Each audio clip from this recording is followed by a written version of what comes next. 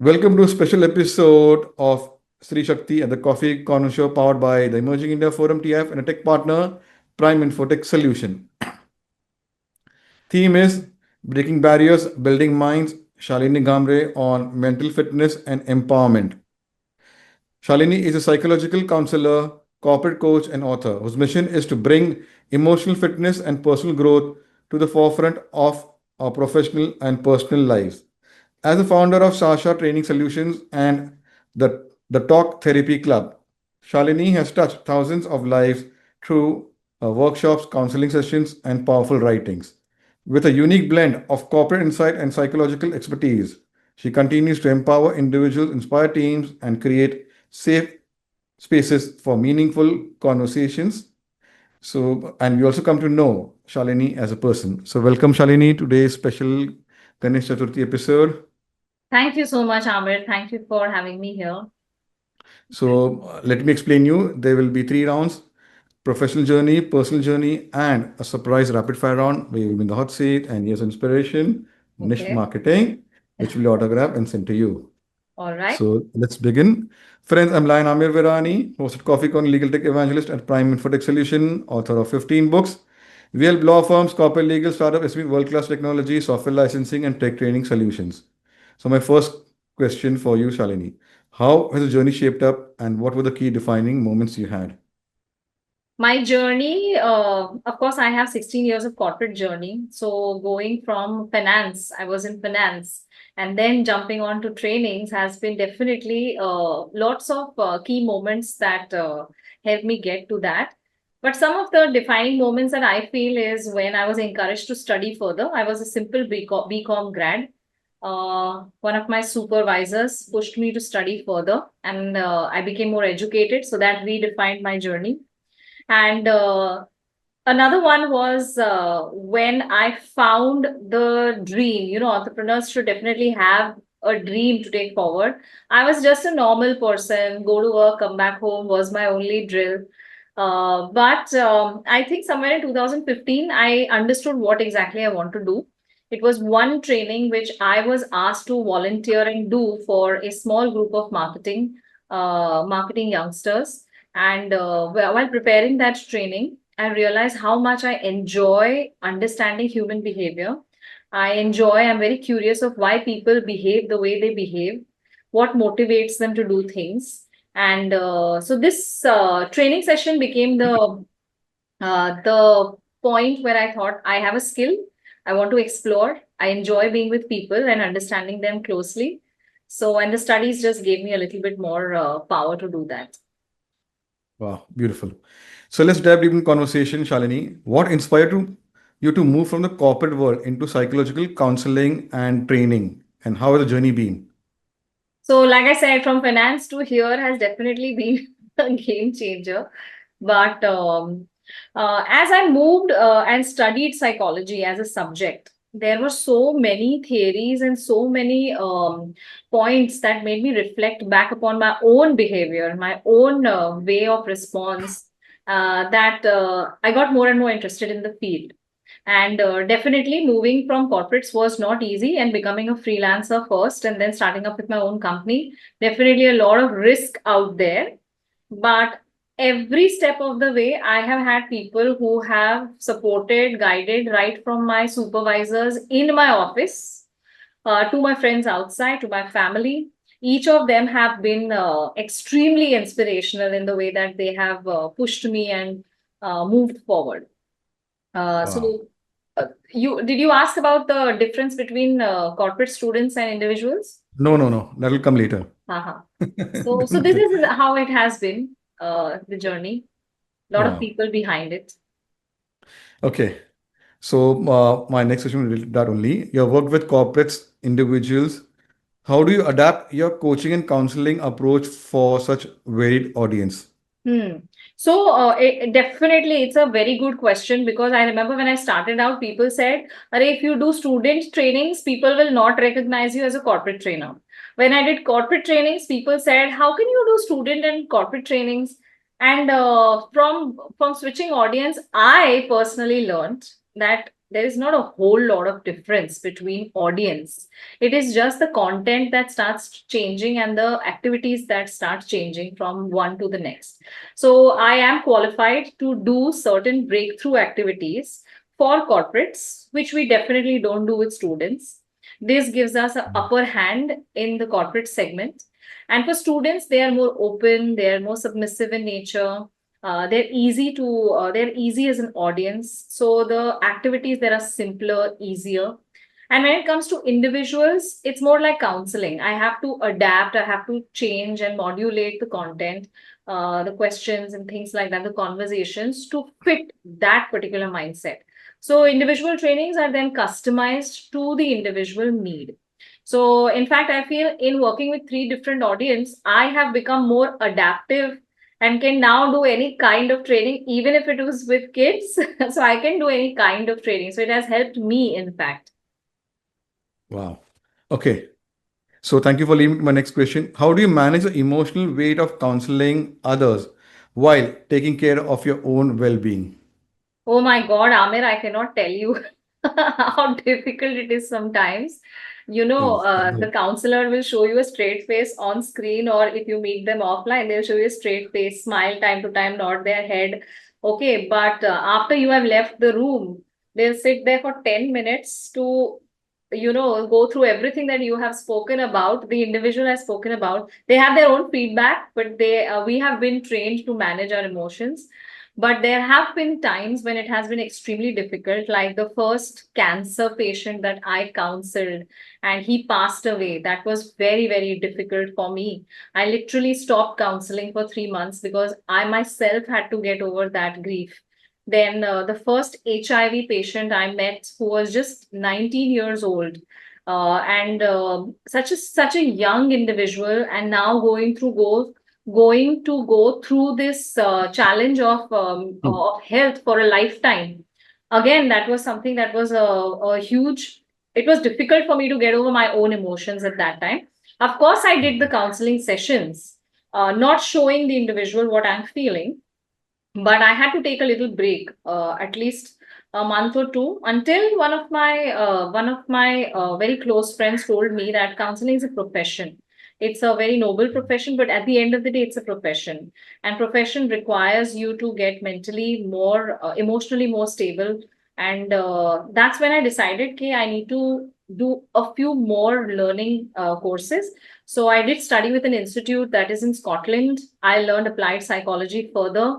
I try to understand how can I manage my mindset better when I'm doing counselings, and and today I'm a lot more emotionally stable. I know how to switch on and switch off very quickly, so I can take a half an hour break between sessions, and I'm just perfectly ready for the next session, and nothing will bother me after that. After the last session is over, so I have been able to manage myself pretty well after some push and some learning, some research. Yeah. Wow. Okay. So my next question, Shalini, in your experience, what are the most common challenges professionals face today when it comes to emotional well-being? Okay. So, I feel there are two major challenges that professionals, therapists like us, psychiatrists, various wellness professionals face. So, number one is the acknowledgement that I need help. Because psychological needs cannot be seen on the external front like a scratch or a cut one gets. People think that they can manage their problems all by themselves. Sometimes they don't even address it because of confrontational issues and they feel it will go away. So they take time to acknowledge the fact that they need help. And that just simply makes issues more critical when they actually approach a mental health professional. If these challenges were acknowledged way in the beginning, it would be so much more easier to have open conversations with people and help them restructure their mindset or their behaviors. The second challenge I feel is the monetary perspective. People would rather spend on an expensive gadget than pay a professional, mental health professional to work on their mindset, their beliefs, their behaviors. Okay, so if you tell them that the watch they are going to buy is going to cost 10,000 rupees, they will be like, okay, fine. But if you tell them that a counseling session is going to cost you 3,000 rupees, they'll be like, why do I need it? You know. So I get it. the monetary perspective, yes, they like everything free. So during COVID times, we did a lot, not just me, a lot of professionals came together and did Yes. a lot of sessions free of cost. But Wow. eventually, if one doesn't pay for it, they don't understand the value. They're not on time. They misbehave during sessions. So it is, hence we are very strict with the fee structure. In fact, I take all counseling session charges in advance. 3, 4 sessions together, all in advance before the sessions even begin. That makes them more alert. I have a session. I'm going to be on time. I'm going to keep distractions away, talk openly. They take care of all the ground rules themselves. So the money bit is definitely a huge challenge to a lot of professionals. And people need to know that as much as you pay at a gym for your physical fitness, you need to invest into your mental fitness as well. And it really helps. You can talk to the people who have gone through therapy, and you will find 2 out of 10 people tell you it didn't help them, but 8 out of 10 people will definitely tell you how it has helped them live a more balanced life. Wow. Yeah. Okay. So, Shalin, what's your take on the current state of mental health awareness in Indian corporate culture? There is a lot of awareness for sure. A lot. Everyone knows everything on how they should, how it should be. So supervisors and leadership will want to do a lot of programs for their people. There will be wellness Fridays. There will be team engagement activities. There will be high fun, motivational offsites. But when it comes to counseling, coaching, these ground level activities, there they shy off in spending the investment into their employees. Maybe because they feel that that is something an individual should do by themselves. They're not responsible for the overall growth of the employee, even if that might be their tagline, or maybe because they just don't have the budgets. So the awareness is definitely there. People are aware of stress, and these are all very Instagram posts. You can find one after the other telling and talking about professional stress levels and work-life balance and all of that. The awareness is there. The fund allocations need to go along with the awareness, and it can really create great working cultures, great working forces. Yes.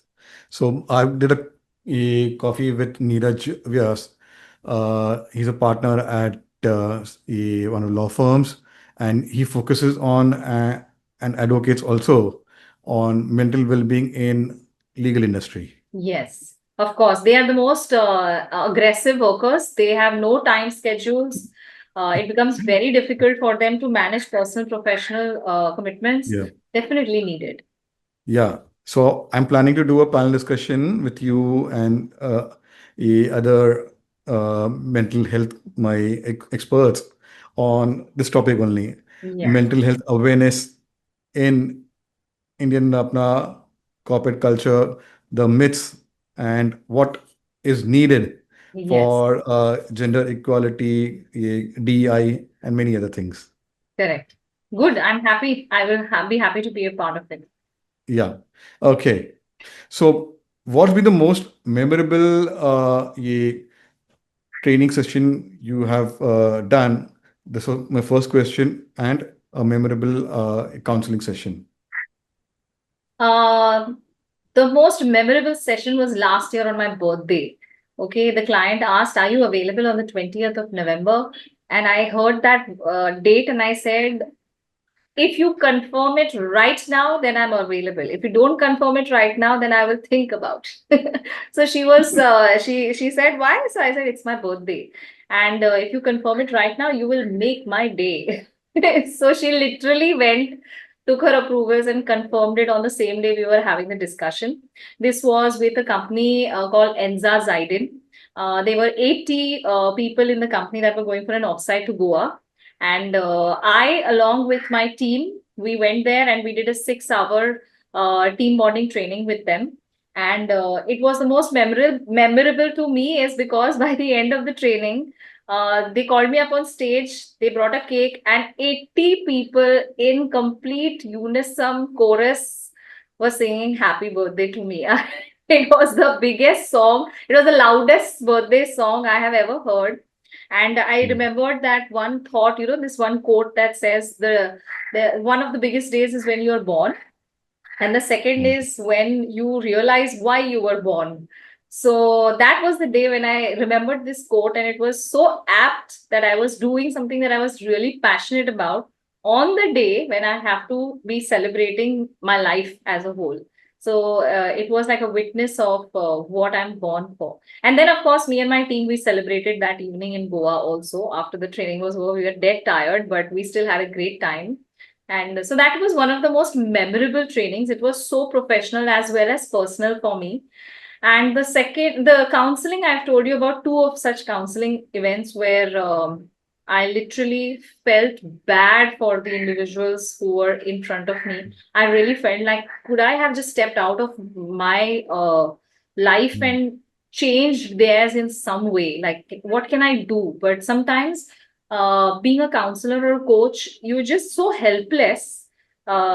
All you can do there is give them some hope. That's all you can do, rather do anything more about it. So those two were the most painful counseling sessions I have taken. Wow. So, Shalini, according to you, how do you measure the impact of a corporate training or counseling session? There are lots of tools. Corporate trainings has a lot of pre-assessments, and we use different methods like questionnaires and interviews, and then there are psychological evaluative inventories. So, which can be used for corporate pre-assessments. That's always a part of the trainings if they are willing to take that up. And then the trainings are designed, and then the post assessment again are the same methods, but what has worked brilliantly for me is a one-to-one interaction with each and every participant who has been through my trainings. That allows me to personally understand what were their personal takeaways, where they are stuck, and how can I help them to move forward from that knot which they have in their journey. So this evaluation then helps me draw a nice report for the client where I'm able to give them their top 10 performers, their base 10 performers, and with no bias at all. So this has been a method, and counseling is always based on personal feedback. So I definitely keep in touch with all of my clients. I check with them from time to time how they are doing, and what are the changes in their lives. It's not like they have come for counseling and I just disappear on them. I keep in touch with them, try and understand how life has progressed from there onwards. Some of them do come back for counseling also, because now they find that as a place, a safe place basically to talk about things. And the others, I feel happy that they don't need me. That makes me happy. Wow. Okay. So, you talked about safe space. So, you started the Talk Therapy Club, which is a Yes. fascinating initiative. What made you start this club, and what do you do, your club activities? So, Amir, you must be remembering the COVID times. None of us have really forgotten that time. It was so traumatic for all of us. During that time, everyone was going through crazy amounts of changes in their lives. My work was completely zeroed down, the external trainings which I did, okay. And counseling also was always offline. I mean, it was believed that if we can't see the body language, how can we help? That was theory, right? That was what we learned. But during COVID, I had to find another way of sustaining professionally, sustaining personally. So I took a few courses on how is it that online webinars are done, how is it that online therapy works, and I learned a lot from courses which I attended during COVID. I started with online counseling in COVID, and that's when I started this community called the Talk Therapy Club, where I wanted to, the vision was and is to build a community of people who come together and understand the essence of mental fitness. Where they find like-minded individuals who are going through the same stress, relationship issues, work problems, and they're able to talk with each other and help each other as well. If you know, in the US, there is this concept of, the cancer circle, the circle for drug Yes. addictions. So Yes. that is something that our religious institute definitely does. But the vision Good. is to have something like that for the community as well as it grows. There's a lot of work I have to still do in that segment, though. I'm just in the very, very nascent beginning of building a community. It's a full-time job to build a community, to be honest, to keep them I do. continuously engaged. So with corporate trainings Mhm. and counseling and all of that, I have to still give a lot of more focus to that. But the vision is to have a safe space where people focus on mental fitness. Beautiful. So lots of free webinars, trainings, lots of free interactions where people can meet, talk more, come out, so that kind of stuff. I know. So you're a certified firewalk instructor. Hmm. What made you become a certified firewalk instructor? My first question. And you conduct firewalking and breakthrough activities. How do such unconventional techniques help in transforming mindsets? And uh, I want to do a special episode whenever you're doing this firewalking activity. So we'll understand more in detail, and with the permission, you can do the recording. And because this is very helpful in overcoming many things. Yes.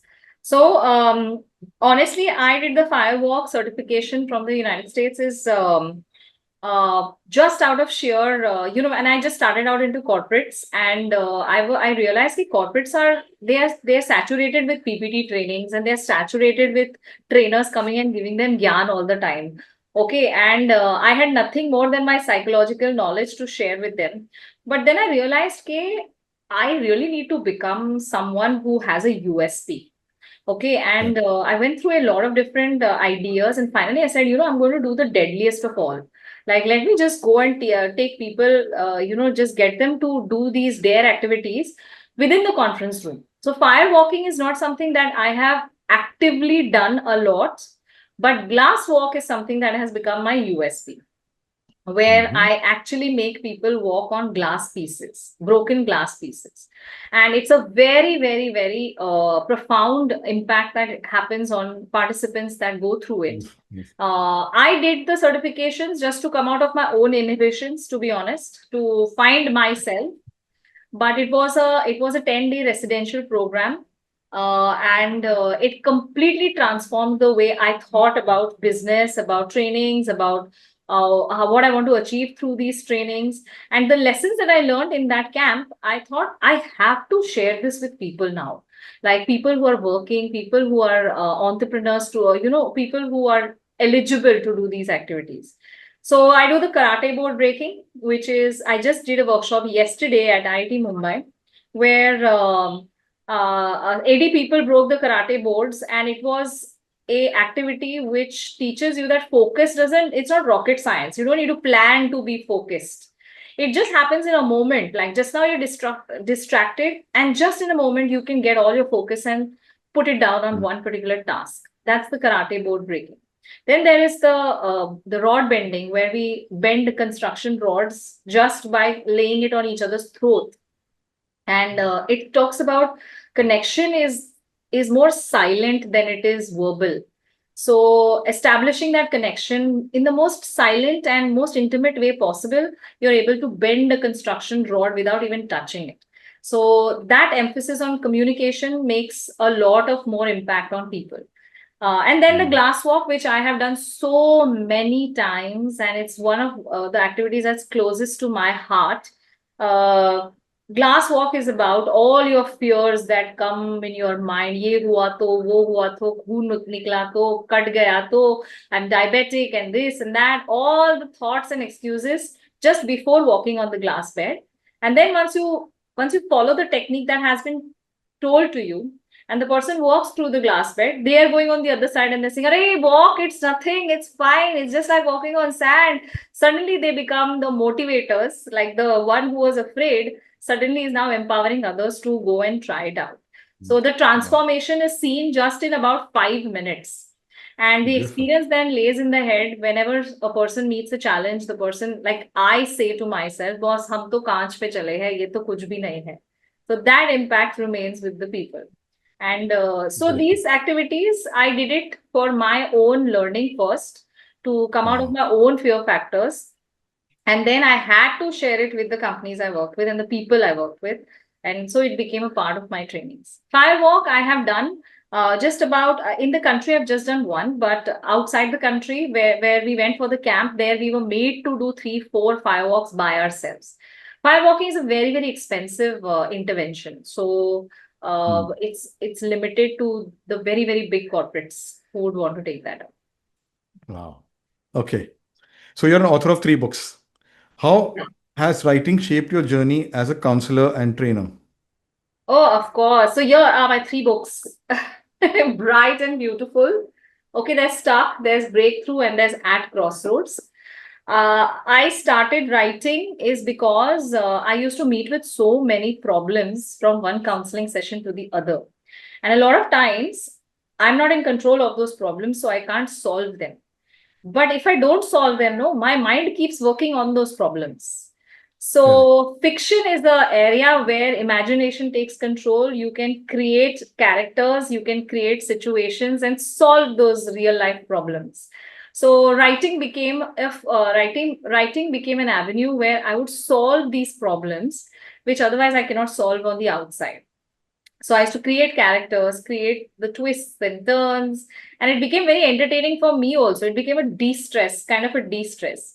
So people said, "Arey, a motivational or a trainer, a corporate trainer should write fiction, non-fiction books." No, I said yes, we should write non-fiction books, but I enjoy writing fiction is because in a story you can just change the story to what you want it to be. So, and it becomes something that de-stresses me. So, writing is not for gyan to the other people, but it is definitely an avenue for me to put out stories, which definitely is fun to read for my Wow. audience, of course. So my last question for your professional journey round. For young women entering the corporate world, what advice would you give on balancing ambition with emotional health? I have a lot of suggestions for women, but today's women, I have just 2 or 3 suggestions. Women are too focused on their professional life today, and they have forgotten, women and men both. There is this theory, okay, let me get settled first, then I will create a family. Let me get the money first, then I will buy a home or I will create a home of my own. But all the successful women that I have seen on my journey, they have both happening together. They're successful professionally and they have created their home and their family simultaneously, both men and women. You know, success has a glass ceiling at the end of it all. Eventually, as you grow older, you realize that all of this is for nothing. And then where do you go? Definitely to the other avenue which you have created. That's your family, your kids, your parents in it, you know. So balancing out time for both, getting married, creating your space, your family of your own, and also never losing focus of where you want to be. Each journey will work one slower than the other, sometimes one faster than the other. But if you're able to balance that out, I can tell you by my own personal experience, you will have a flourishing career and you will have a fantastic family waiting for you to come home. Wow. So let's go next round and understand Shalini as a person. Tell us about your family and your formative years. So I come from a lower middle class background. I have my brother, my parents. My brother is 5 years younger to me. He works with Yes Bank. We grew up in you know in the lowest possible vicinity you can think of in Mumbai, and my parents did small jobs to keep us alive. Thankfully, both me and my brother were pretty ambitious in the way we thought, and so each of us have built our own career. And uh, I think my parents have been a source of inspiration to us. Their hard work, maybe not their profession, but their hard work has definitely taught us a lot. Um, so we are very connected with my family, and then I got married. I have a daughter. She's 17 years old now, and I live with my mother-in-law. So I have a beautiful family that I've created of my own as well. Wow. So was it hobby or passion that always lifts your spirit? It's both. Actually, it's both. I think I have a lot of talents, but what I really like to do is sometimes just watch a Netflix movie and I just totally love it. I enjoy it. In fact, my one movie lasts, if it is a 1 hour movie, it lasts for 2 hours because every time I'm stopping and replaying the part which I really like. So my daughter says, "Are you watching a movie or are you doing a project?" But I enjoy watching the movie like that. Sentences said, words used. Suddenly, I want to go and do a research on something that they have talked about. So that's something I enjoy, and I do it very passionately. So both of it is keeps me moving. Wow. So next question will be related to that only. Which book or movie has stayed with you the most over the years? Movie. I can't remember so many. I watch fiction and action and murder, thriller, crime. Completely different from my field of work. It helps me move out of that field and look at other things in life. So, movie inspiration, too many to list, but books, I will tell you. My first book I read was Time of My Life. It's a fiction book by Cecilia Ahern, and in that there was this is the distorted girl who suddenly meets with life as a man, and it's a fiction book, so how her life transpires from there is beautiful. Second book is The Unposted Letter by T.T. Rangarajan. In all my trainings I quote this book. It is transformational in nature. I have gifted this book to so many people. It's non-fiction, of course.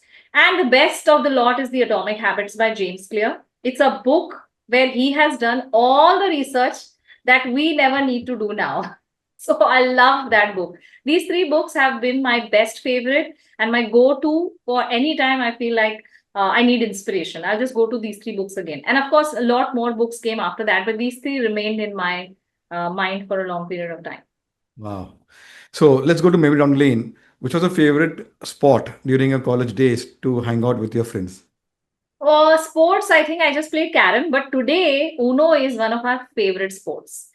In college, I was very, I'm yeah, sports college, का भी I बोल was देना. Sorry, you can say about sports. I was talking about college spending, life. going to yeah, your college life, Yes. spending, going out. Now Yes, so complete college for the I was sports part. Now complete the sports part I now. was very boring in college, okay? Very, very boring. I used to just go to college and go back home. And we didn't have so much money also to go and hang out in places and all of that. I was with Lala Lajpat Rai College of Commerce and Economics, and I had a small group of friends. We used to play carom whenever the carom was available. Otherwise, our hangout would just be across the college at the sea face. We'd sit there and we'd do our chit chat, take our bus, and go back home. So not too much into sports as such, but if you want to know about me hanging out with my college friends, yes, it was just across either Scandal Point at Breach Candy or there was the Haji Ali seafront. That were the places. Wow. Okay. So suppose you had 1 week free with no work. How would you like to spend? Oh, that 1 day, 1 week, one whole week without work, I'll die. I love my work so much, it is already a holiday. So, okay, if I had a week, I would honestly, if you ask my daughter this question, she will say, Mom will sit and create work for herself. I will start writing video content. I will start video shooting content for YouTube. Of course, I will watch movies. I'll sleep here and there a little, and go out with her. I love going out with her for dinners, and our coffee time is really, really awesome. Me and my daughter. But otherwise, I will use that 1 week to create work for myself. Wow. Okay. So there are few months remaining. What are your plans for 2025 personally and professionally? So in the next few months, I definitely want to go to level 2 of my work. I have invested a large sum of money into my marketing now. So definitely want to tap a lot more counseling sessions, a lot more corporates, and I'm a member of various networking institutions. So I definitely want to learn how that works as well. I definitely want to release my fourth book. It's already written, ready, just waiting for the covers and things like that. That will be done too. So, yeah, these are a few things in terms of work. And personally, I want to spend a lot more time with my daughter, travel with her. She now comes to my workshops to help me out. So I want to take her to the bigger ones. Now, right now, she's only in the group of 20, 25 people. but she has to experience 80, 100. That is where action really is. So that's something I'm Wow. looking forward to as well. Beautiful. Okay. Since this is a Ganesh Chaturthi special episode, what message would like to give to our viewers out there? Yes, I see Mumbai is all colorful in the past few days. So, Ganpati is not, I don't know a lot about the festival, but I know about the festivities. And I feel that if these festivities were to continue all through the year, where people would dress up well, would be happy, would pray as much as they pray in this 1 week, would keep up to all those happy things they do through this 10 days, it would be awesome. And I mean, I have to give them the message of disposing out of these idols by the end of the event. It's so sad to see such a beautiful idol created with so much of money and artistry just being dumped as debris. So, if they could just take care that the idol is disposed in better ways, more eco friendly ways, oh, what respect that would be to gods. Wow. So my last one is a googly one. Describe Shalini in one line. Okay, so I'm going to tell you, Shalini is a person you meet and you will never forget.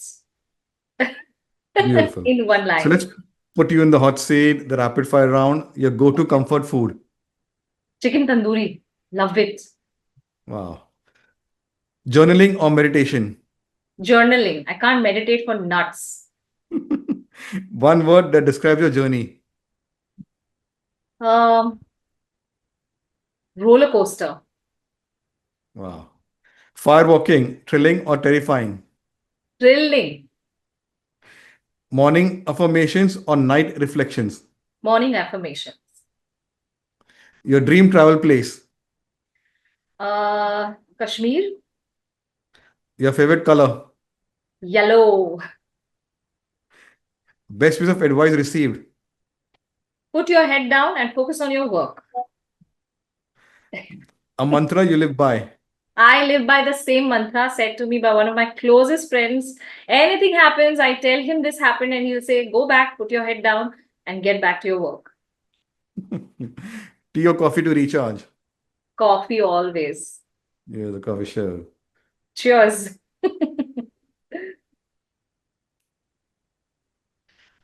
So, as we wrap up today's edition of the Three Shakti series, special episode of Ganesh Chaturthi, one thing becomes clear. Shalini is not just breaking barriers, she is building bridges to a more emotionally resilient future. Her journey from the corporate boardroom to counseling rooms, from firewalking, glasswalking sessions to writing books reminds us that true empowerment comes from balancing ambition with emotional wellness. Shalini's vision through SaSha Training Solutions and the Talk Therapy Club reflects a deeper truth. When we create safe spaces for conversations, we unlock growth, not just for individuals, but for entire communities. Her story is a beacon for women professionals and for anyone seeking strength in vulnerability, wisdom in practice, and courage in transformation. So thank you, Shalini, for inspiring us to look beyond success as a destination and embrace it as a journey of growth, balance, and well-being. So subscribe to the Coffee Corner Show where there are 500 plus coffee speakers sharing their professional personal journey and get inspired, implement in your life, and we continue conversation or cup of coffee with another speaker. Thank you. Thank you, Amir, for having me. Such a good conversation. I wish you all the very best for everything that you do.